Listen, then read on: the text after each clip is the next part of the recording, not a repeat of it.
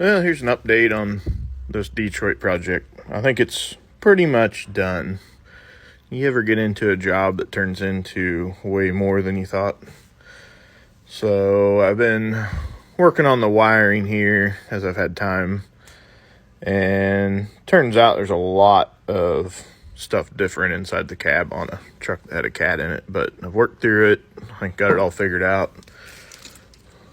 First one being Detroit OEM harness, 31 pin Deutsch, 47 pin Deutsch for the cat harness to plug into. So rather than cutting the pins off of all these wires, taking them out and cutting the pins off and putting, well, let me back up. First, I was going to take the pins out of here and put them into this. That didn't work because that connector uses a size 20 pin. This is size 16. So rather than cutting all the pins off every wire, I built an adapter harness. It actually worked really good. I'm gonna put some loom around it before it's done. But these are all the wires needed to make this work. I got my data links in there. The one with the heat shrink there, that's grounds.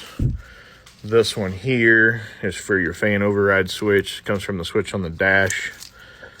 Goes to the fan solenoid. This one is the ECM ground that controls the fan. It goes to a fan relay that I added to the firewall next to the starter relay, because a Detroit equipped Peterbilt would have a fan relay under the dash, because Peterbilt uses power on and off to turn their fan solenoid on and off. The Freightliners, they have power there all the time, and then the ECM will open and close the ground as it needs to turn the fan on and off, but that's not how they did it. So we got a relay. Basically, it's using a ground from the ECM to turn the power on and off to the fan solenoid, and it's working. So I also had to add a parking brake switch under the dash. I'll show you, because Detroit requires parking brake input. It's right there.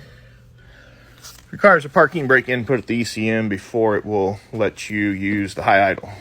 And then when you release the brakes, it kills the high idle, and then we'll let you use the cruise control. So I think I got everything working. So I'm just tying up these harnesses, and I'm going to take this thing for a drive, and then hopefully it goes home. So yeah, the newer trucks are definitely a lot easier because all these switches and functions are controlled over the data link. These older trucks, everything's got dedicated wiring. So, but figured it out, learned a lot, so we'll know for next time.